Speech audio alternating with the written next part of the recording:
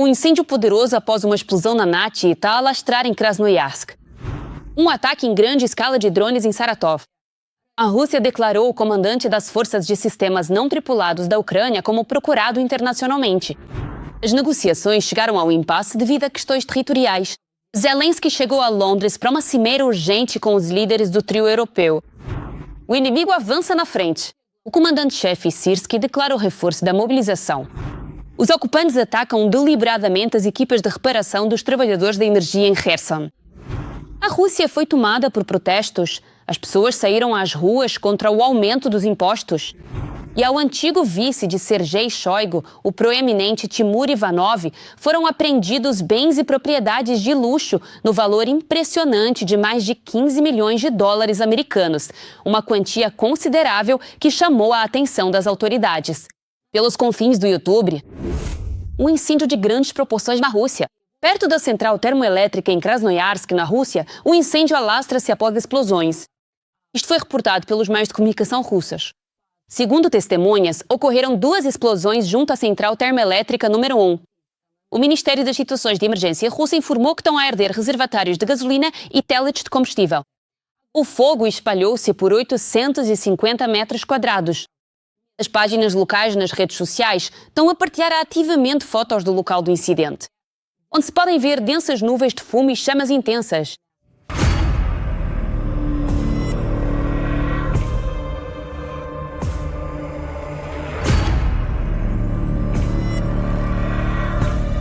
Aparentemente não há feridos. Também não há informações sobre as causas das explosões. E vocês, o que acham? Quem é que terá fumado num sítio tão impróprio? Deixem as vossas sugestões nos comentários. O Comitê de Investigação da Rússia colocou o comandante das Forças de Sistemas Não Tripulados da Ucrânia, Robert Brovdi, conhecido pelo indicativo Madyar, na lista de procurados internacionalmente. O próprio Madyar reagiu a isto com ironia. Lembrem-se também, vermes, no vosso dialeto pantanoso, que a Anushka já entornou o óleo. Assim, Madyar fez referência a uma citação da obra do escritor russo Bulgakov, que significa a inevitabilidade do destino e das consequências pelos atos cometidos. E, na verdade, sobre a Anushka, que já entornou o óleo. Na noite de 8 de dezembro, os russos voltaram a não conseguir dormir. Aqui estão imagens de Engels. E já é o segundo ataque lá em 2 dias. Bem, é só verem. Pronto, não se percebe bem pelo vídeo, mas ali, estão a ver? Algo muito intenso, vermelho e nevoado, mesmo forte, o prédio está todo sufocado. E é para aquele lado, pronto, assim mesmo. Também não houve tranquilidade na parte ocupada da aglomeração de Donetsk. Segundo escrevem os canais locais, o ataque foi precisamente contra o setor energético.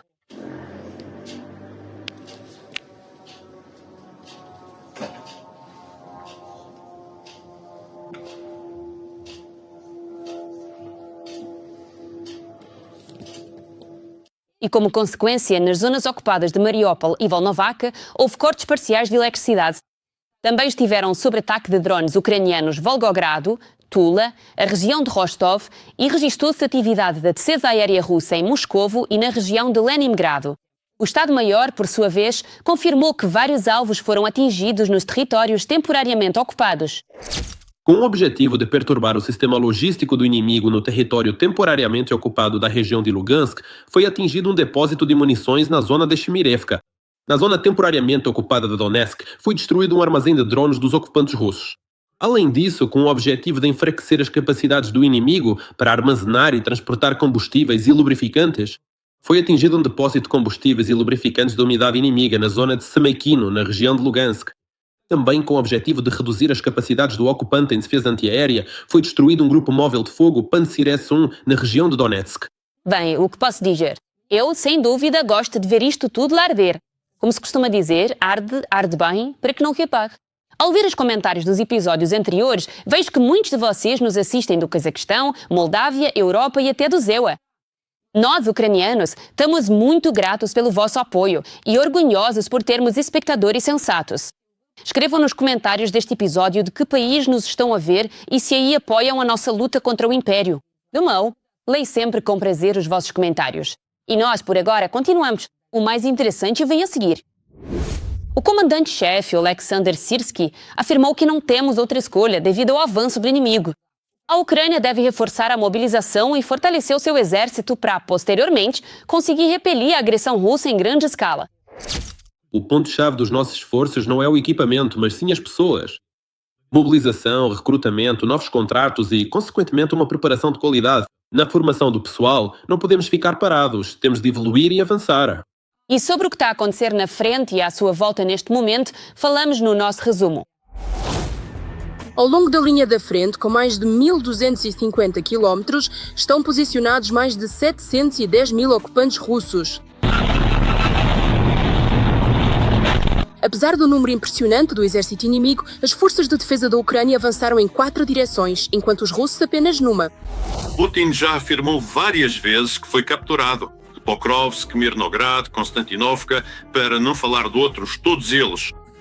Kupiansk, especialmente várias vezes, içaram bandeiras e o próprio Putin já disse, não foi alguém a informar, foi o próprio Putin a anunciar que a cidade foi capturada, tal como Volchansk. Ou seja, ele precisa de demonstrar a captura real de território e mostrar-nos que vão continuar as operações ofensivas.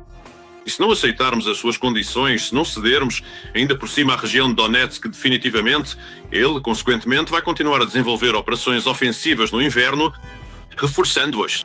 Aumenta a pressão na frente e reforça a pressão na retaguarda, sobre as pessoas comuns, sobre o setor energético, para que as pessoas passem frio no inverno, semeando pânico e dúvidas. E assim, nestes poucos meses, praticamente alcançar os seus objetivos. No que diz respeito à primeira fase, isso significa um cessar-fogo nas condições dele e a assinatura da paz.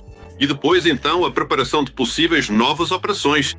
Os russos atacaram a barragem do reservatório de Pecheneg, na região de Kharkiv. O trânsito na estrada foi interrompido.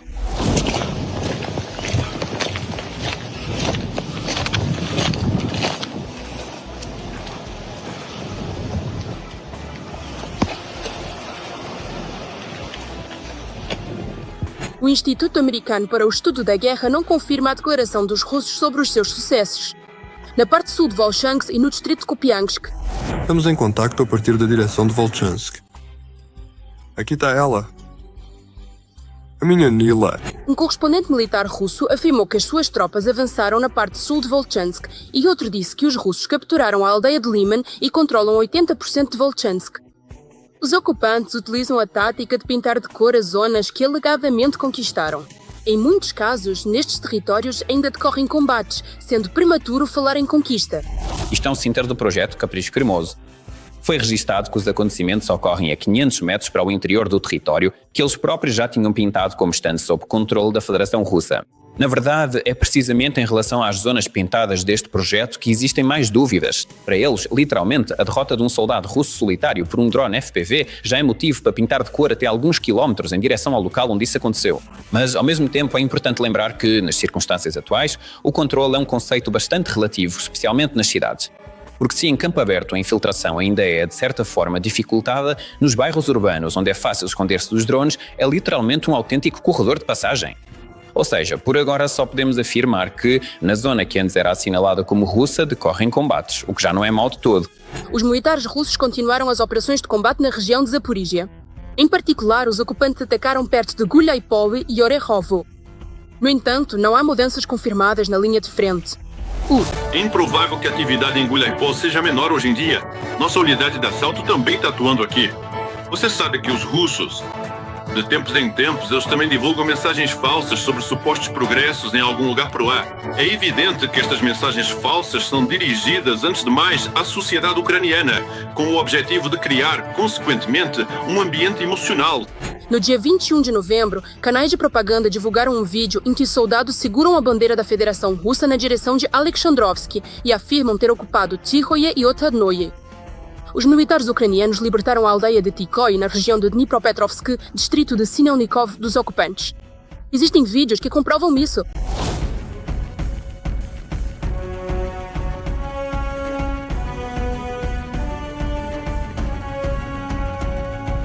Os soldados ucranianos continuam a defender Pokrovsk e Mirnograd. Num vídeo publicado a 6 de dezembro, 3 militares ucranianos erguem a bandeira na rua Yakub Kolos, na parte norte da cidade, o que demonstra Manutenção das posições.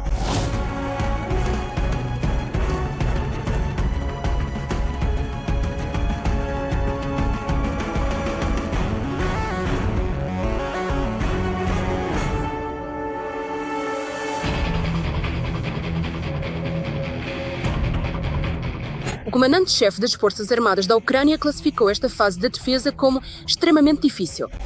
A nossa estratégia consiste em esgotar ao máximo o exército russo, impedir o seu avanço, manter o nosso território em simultâneo, atacando o inimigo na retaguarda, em profundidade operacional e no próprio território da Rússia, com o objetivo de minar o seu potencial de defesa e as suas capacidades industriais. O general Alexander Sirski afirmou também numa entrevista que as forças ucranianas mantêm posições a norte de Pokrovsk. O exército ucraniano está a realizar uma operação de defesa estratégica destinada a travar o avanço do inimigo, impedir o seu avanço em profundidade, infligir o máximo de baixas e realizar ações de contra-ataque nos setores onde identificamos vulnerabilidades do inimigo. Ao mesmo tempo, os russos conseguiram complicar significativamente a logística ucraniana na direção de Pokrovsk. O objetivo dos ocupantes é cortar completamente as rotas ucranianas de abastecimento e evacuação. Mas até agora não conseguiram cercar as guarnições ucranianas em ambas as cidades. Isto é confirmado também pelo Instituto Americano para o Estudo da Guerra. As forças ucranianas mantêm uma logística limitada na direção de Pokrovsk-Mirnograd. Mas é bastante provável que as tropas russas consigam interromper as rotas ucranianas de evacuação e as linhas de comunicação terrestres com o uso de artilharia e drones. As forças de defesa tentam organizar rotas logísticas adicionais para abastecer as unidades. Durante a semana, a principal direção foi o norte da região de Donetsk. Foi precisamente para lá que os russos transferiram efetivos.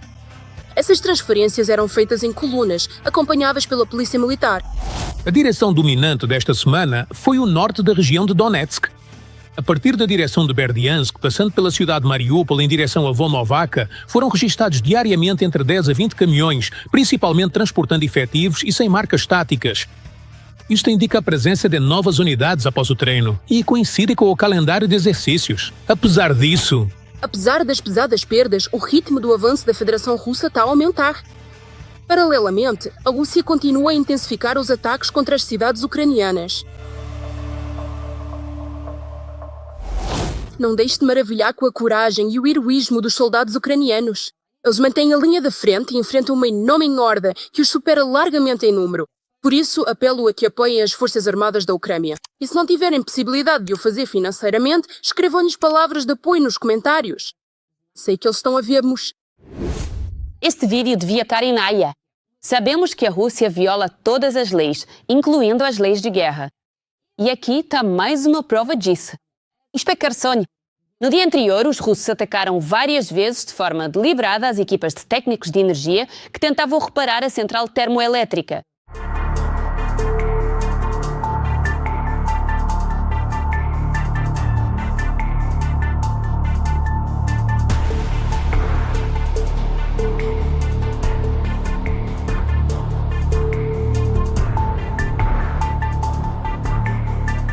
Na verdade, foram eles próprios que publicaram este vídeo. É por isso que os russos avisam simplesmente toda a gente, em plena luz do dia, que cada equipe de reparação e os serviços municipais passaram a ser para eles alvos militares. A Rússia é um país terrorista que mais uma vez atingiu o fundo do poço. Deixa um like se concordas. E agora sobre o acordo de paz. Donald Trump já por várias vezes fez declarações dizendo que está um pouco desiludido com Zelensky. E também com o facto do líder ucraniano supostamente não ter lido o plano Stach. Além disso, é importante notar que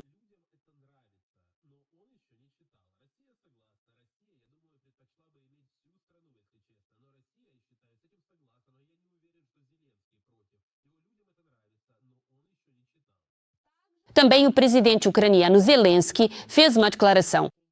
há uma visão do ZEUA da Rússia e da Ucrânia e não temos uma opinião unânime em relação ao Donbass, disse ele, acrescentando que Kiev insiste num acordo separado sobre garantias de segurança por parte dos aliados ocidentais, sobretudo dos Estados Unidos da América.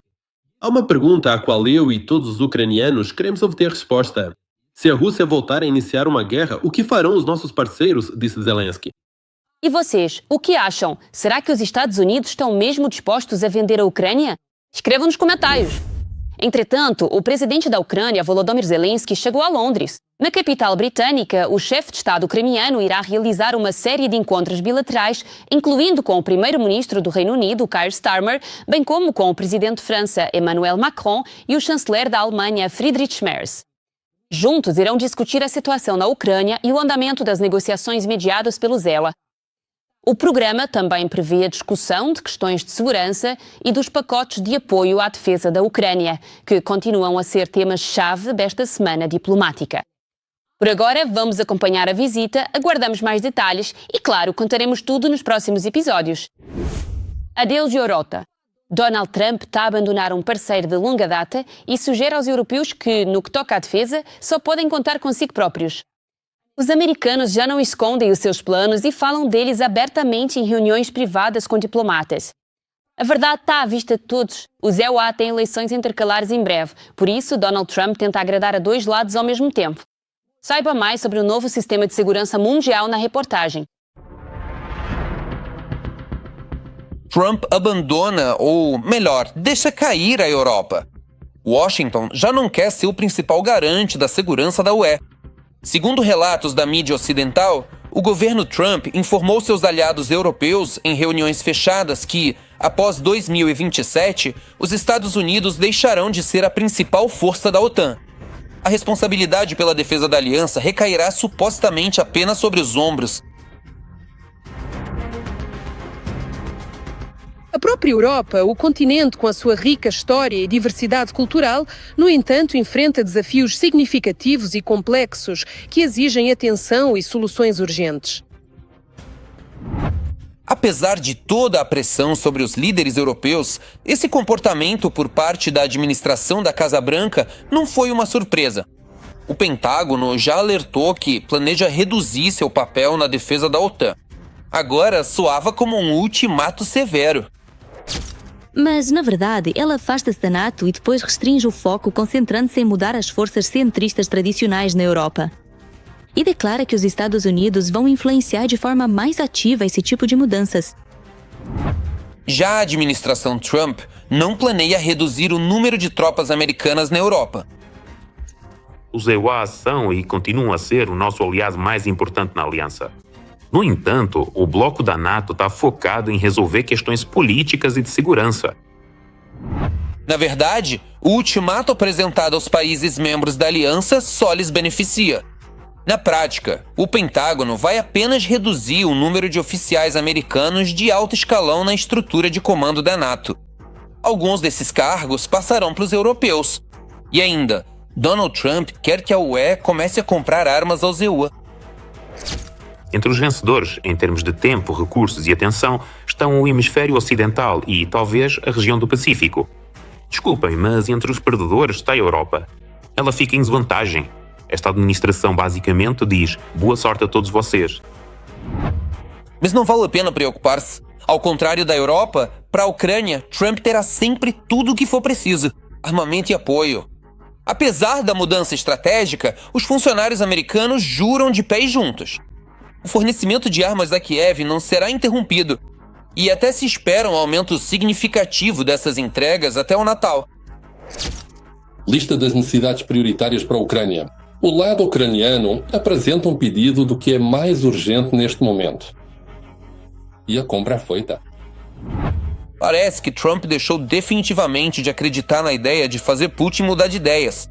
Por isso, na véspera de 2026, o presidente americano decidiu avançar para o plano B, o famoso paz através da força. A Rússia está a aumentar o grau dos seus ataques híbridos. Mas o bandido do Kremlin só entende a linguagem da força. Só isso. Por isso, quaisquer tentativas de chegar a acordo, depois de mais um cenário agressivo por parte da Rússia, como este, por exemplo, Putin vai interpretar como fraqueza da Europa, e vai pressionar ainda mais. No entanto, por mais que Putin pressione a Europa, ele próprio está sob uma pressão ainda maior.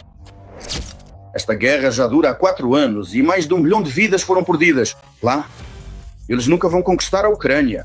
E os recursos? Vejam só o que diz a Nebiulina há uma semana atrás. O que é que ela disse?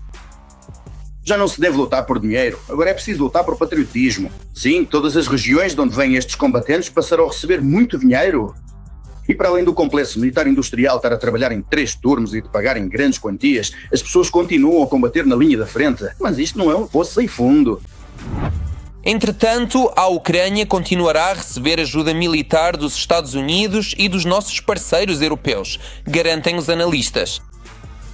A julgar pela posição do próprio Donald Trump, mesmo que ele diga, esta não é a minha guerra, não vou participar nela. Mas ele está a lucrar com esta guerra e vai continuar a lucrar. E ele vai vender essas armas aos europeus. E os europeus vão pagar e fornecer essas armas a vocês. E por mais declarações sonantes que façam na Casa Branca sobre a NATO, isso não terá qualquer impacto na Ucrânia.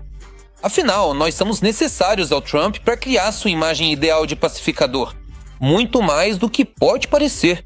Ao mesmo tempo, à medida que aumentam os ataques em profundidade no território russo, também cresce o apoio ao próprio presidente americano. Donald Trump não tem outras opções. Ou ele tem de se distanciar, mas ele não vai conseguir distanciar-se, porque nos Estados Unidos daqui a um ano há eleições intercalares. Nos Estados Unidos, a opinião pública, de forma geral, apoia a Ucrânia, inclusive entre os seus apoiantes. Por isso, ele vai ter de manobrar, já não será tão categórico como costumávamos ouvir no início do seu mandato. A Rússia fornece gás à China, contornando as sanções americanas. O navio Valera entregou gás natural liquefeito no porto chinês de Beihai. Isto foi noticiado pela publicação Bloomberg. Além disso, há outro projeto sujeito a sanções. O projeto russo Arctic LNG-2 na Sibéria começou a fornecer combustível a Beihai já em agosto. Pequim ignora abertamente as exigências do ZEUA para cessar o comércio de petróleo russo, o que é uma questão chave nas negociações comerciais. Ele trabalhava no Ministério da Defesa corrupto, levava uma vida dupla e eu não sabia nada sobre os bilhões roubados do exército. De um dos funcionários mais ricos do Ministério da Defesa da Rússia, o ex-vice de Shoigu, Timur Ivanov, foram confiscados bens avaliados em mais de 15 milhões de dólares. Agora, sua ex-esposa pede ao tribunal que devolva toda a propriedade para ela, afinal, ela não sabia em que lugar depravado ele estava envolvido. O marido dela trabalhou por 10 anos. Os detalhes do escândalo explosivo no setor de defesa russo a seguir. Um dos casos de corrupção mais notórios dos últimos anos na Rússia teve um desdobramento, ou melhor, chegou ao fim. O ex-vice-ministro, também ex-ministro da Defesa de Shoigu, Timur Ivanov, acusado de suborno e desvio de fundos públicos, foi arruinado. Bem, agora vou reler o Código Penal porque alguns acham que a punição aqui é severa demais. Julho, ele foi condenado a 13 anos de prisão e em 5 de dezembro o tribunal confiscou em favor do Estado os ativos de Ivanov no valor de 15 milhões de dólares.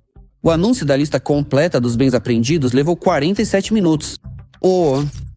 Entre outros bens, Ivanov, de 50 anos, teve confiscados incluindo terrenos e uma propriedade em disputa com uma área de quase 800 metros quadrados.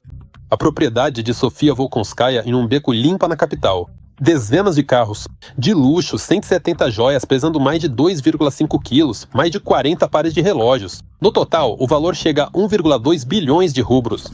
Tudo isso é patrimônio. Timur Ivanov acumulou tudo isso ao longo de muitos anos, passados na mamata do Kremlin, como principal construtor do Ministério da Defesa da Rússia. Ivanov construiu até mesmo em Mariupol, ocupada e destruída. De fato, haverá um novo bairro moderno, com creches, escolas, uma grande infraestrutura.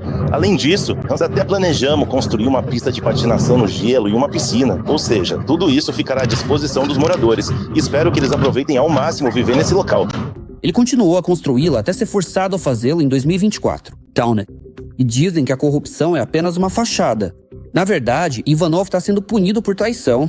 De uma forma ou de outra, o veredito está definido. Devemos partir da realidade. Agora vamos à parte mais interessante. A ex-esposa de Ivanov, Svetlana Zakharova, numa tentativa de reaver os bens, declarou em juízo que desconhecia os rendimentos dele. Ex-esposa. E, em geral, ela dissuadiu Ivanov de trabalhar no ministério, porque não passava de devassidão. Segundo ela, quando ofereceram ao Ivanov o cargo de vice-ministro no Ministério da Defesa, ela foi categoricamente contra. Ela tinha certeza de que isso destruiria nosso relacionamento familiar por causa dos extremos de devassidão e pelo ambiente promíscuo e de baixa moral dentro daquele grupo. Svetlana Zakharova não especifica exatamente a que tipo de devassidão ela se refere. Mas se falarmos de devassidão como ausência de vergonha e modéstia, então temos uma opção. Dinheiro. Dinheiro no qual Svetlana Zakharova, casada com Ivanov, nadava de braçada. Todos os anos, pelo menos desde 2010, a família de Timur Ivanov passava o mês de agosto inteiro fora. Não era para ir para o sítio cavar horta, mas sim para descansar na Riviera. Todos os anos eles alugavam enormes vilas lá. Por exemplo, esta aqui. 5 quartos, 5 banheiros, 2 quartos para funcionários. O aluguel de um mês em 2013 custava 120 mil euros.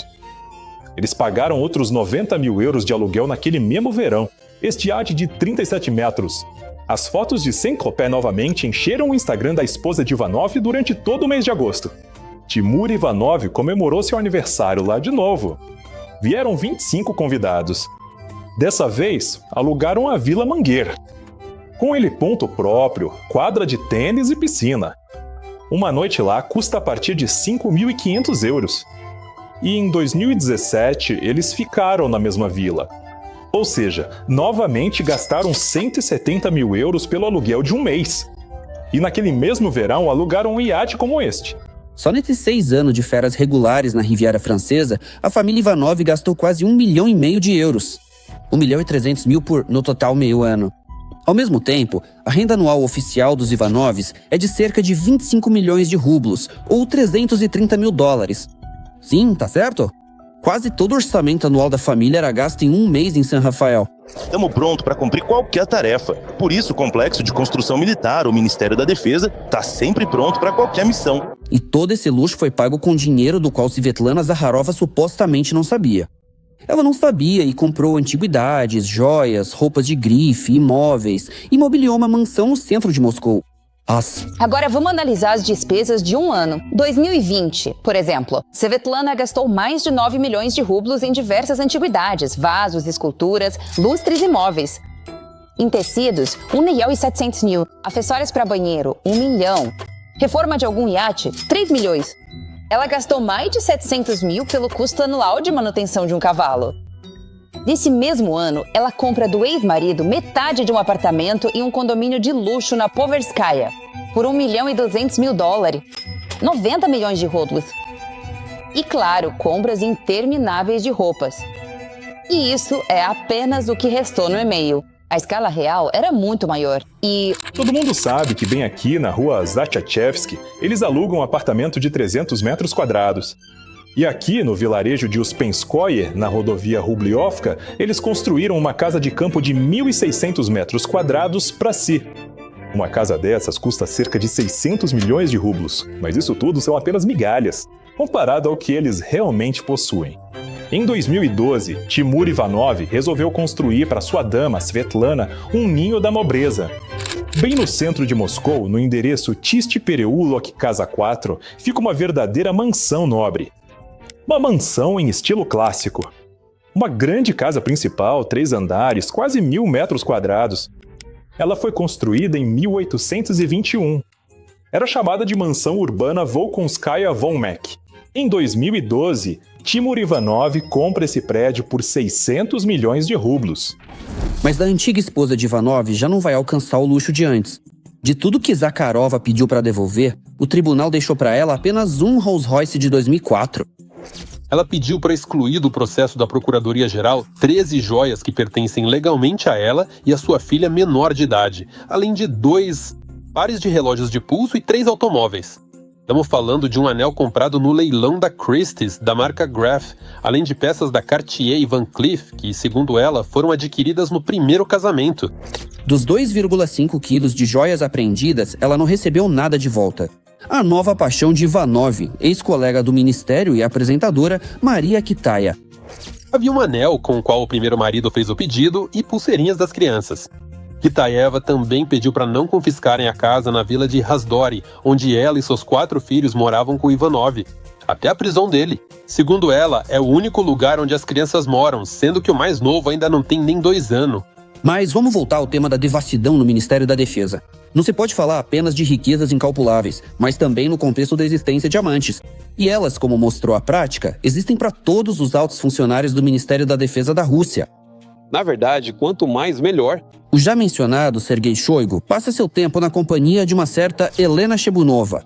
Ela, como se espera de uma companheira de um funcionário desse nível, não é uma mulher comum e tem um status de bilionária que, graças à influência de Shoigu, ganhava dinheiro com contratos com o Ministério de Situações de Emergência e o Ministério da Defesa. Ganhar dinheiro com a defesa. O chefe do Estado-Maior da Rússia, Valery Gerasimov, também acostumou sua amante a isso.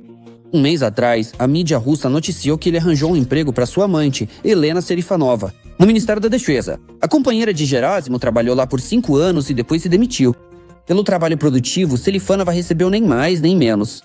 O cargo de referenda do serviço público de primeira classe e 2 apartamentos em Moscou. Ao contrário da ex-esposa de Ivanov, essas mulheres preferem o luxo em silêncio.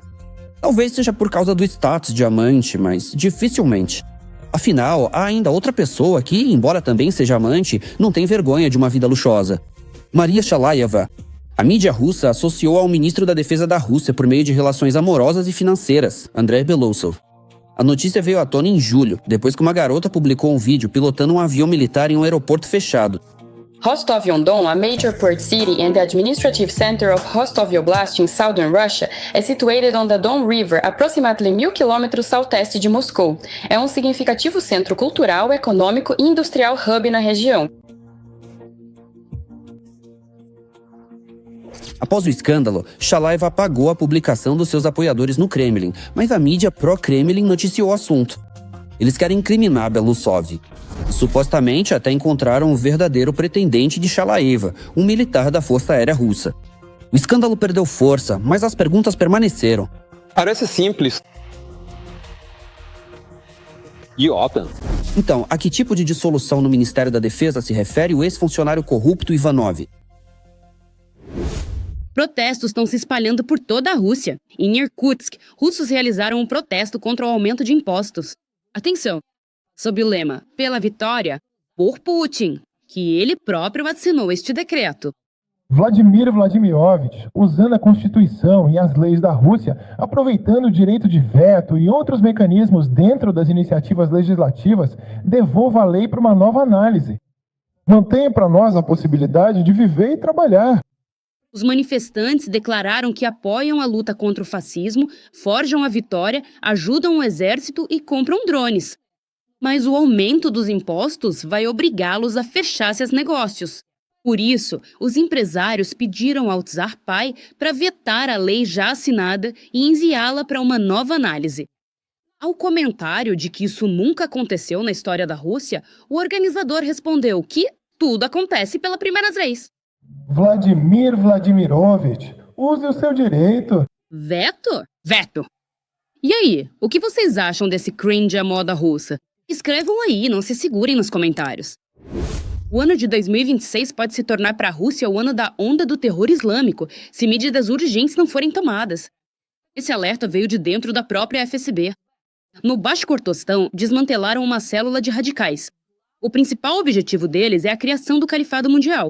O relatório de que o terrorismo islâmico está ressurgindo no coração da Rússia já está na mesa do chefe da FSB, Alexander Bortnikov. Moscou e as grandes cidades estão em uma zona de risco especial. Será que o Império do Mal está esperando por isso? Um novo Crocus? Ou algo ainda mais assustador? Nossos jornalistas investigaram. Essas imagens estão sendo transmitidas ativamente agora na televisão russa. Nelas, agentes da FSB prendem, na Basquíria, uma célula de terroristas internacionais que propagavam a ideia de criar um califado mundial. 8 detidos pregavam entre os muçulmanos a ideologia de uma organização proibida na Rússia. Durante reuniões clandestinas, recrutavam outras pessoas para suas fileiras. Mas esse tipo de material, ultimamente, tem se tornado cada vez mais raro na TV russa. E as principais teses nele são as seguintes. O FSB informou sobre o aumento da ameaça de atentados dentro do país. Periodicamente, na Rússia, é criado um alvo para raiva. Na maioria das vezes é sempre alguma força externa. Mas, de tempos em tempos, surge a necessidade de começar a inflamar a situação. Os serviços secretos russos registram um aumento do terrorismo islâmico na Rússia. Segundo relatos da mídia, um relatório desse tipo foi recebido pelo chefe do FSB, Alexander Bortnikov, mas ainda não foi entregue ao ditador russo Putin. No entanto, conforme informam outras fontes, o documento, na verdade, pode ter chegado à mesa de Putin. E o que é interessante, entre as principais ameaças está também a intensificação de certos grupos de sabotagem dentro do país. Ou seja, longe da zona, a chamada SVO, inclusive na própria capital, Moscou. E mais um ponto importante sobre a ameaça de desestabilização da situação no Cáucaso. Ações que demonstraram a força do Estado, que existem inimigos e que eles serão combatidos. Trata-se de um Putin poderoso e de outros inimigos que querem atacar a fortaleza sitiada. E montamos aqui as informações já mencionadas sobre a prisão na Basqueria, onde, segundo informações do FSB, conseguiram prender 8 membros de uma organização terrorista. Ao mesmo tempo, foi relatado que o grupo estava preparando ações ativas em território russo. As fontes que transmitiram essa informação, a mídia concorda que será em 2026. A situação pode piorar se o FSB e outros órgãos não considerarem esse vetor como prioritário. Mas aqui é importante lembrar que mensagens desse tipo não são divulgadas à toa na Rússia. São provocações bem planejadas.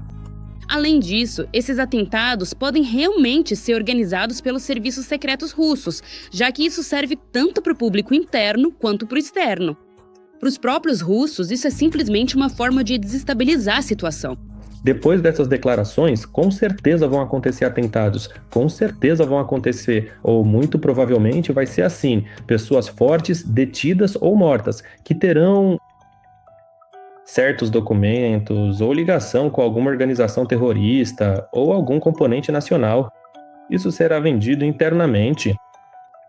Foi assim que sempre assustaram os russos. Todos nós lembramos bem. O atentado em Crocus, que Putin usou para acusar o chamado regime neonazista de Kiev. Por ordem do coordenador, os terroristas, após cometerem o crime, foram de carro em direção à fronteira russo-ucraniana, para depois chegar a Kiev e receber a recompensa prometida a eles. Lá, a narrativa é bastante complicada. Pelo que entendi, houve relatos iniciais por parte do FSB, inclusive em canais do Telegram ligados ao FSB, de que existia um certo esconderijo onde estavam guardadas armas que teriam sido preparadas para esses 4 indivíduos, para que eles pegassem essas armas, pelo que entendi, essa era a ideia, e depois tentassem atravessar em direção à Ucrânia com elas. Nenhuma evidência. Até o momento, não encontramos indícios da existência desse cache. Em última análise, essa tragédia tornou-se uma ferramenta para mobilizar a sociedade e um impulso para uma nova onda de contratos de voluntariado assinados com o Ministério Russo. Note, mas para o círculo externo, criar uma falsificação não é tão fácil. Em primeiro lugar, porque precisará ser vinculado à Ucrânia novamente. E é exatamente isso que agora é crucial para o Kremlin. É de importância crítica. Se isso for usado no caso da Ucrânia, ou seja, se encontrarem de novo, digamos, um cartão de visita do Budanov, então isso não será vendido para o público interno. Isso provavelmente será vendido para fora do país. E os Estados Unidos, vejam só, eles não seguem as regras da guerra. Outros especialistas também falam sobre isso. Uma série de atividades por parte do FSB. Isso é uma preparação para atentados terroristas, tanto na Rússia quanto na Ucrânia. Na Ucrânia, o objetivo é desmoralizar a sociedade em meio a escândalos, cortes de energia e a situação na linha de frente. Na Rússia, agitar a população para justificar uma nova onda de mobilização. Em outras palavras, o regime governante russo é perfeitamente capaz de organizar uma série de atentados dentro do próprio país para depois culpar a Ucrânia e tentar usar isso como pressão nas negociações. Ou então, assustar de vez os russos e empurrá-los para uma mobilização total. O que vocês acham das nossas notícias? Escrevam o que devemos mudar. Para melhorarmos, vamos levar em conta com certeza. E por enquanto, deixa um like neste vídeo para apoiar o que estamos fazendo. E não se esqueça de se inscrever no nosso canal Ucrânia Hoje para não perder os próximos episódios. Até a próxima!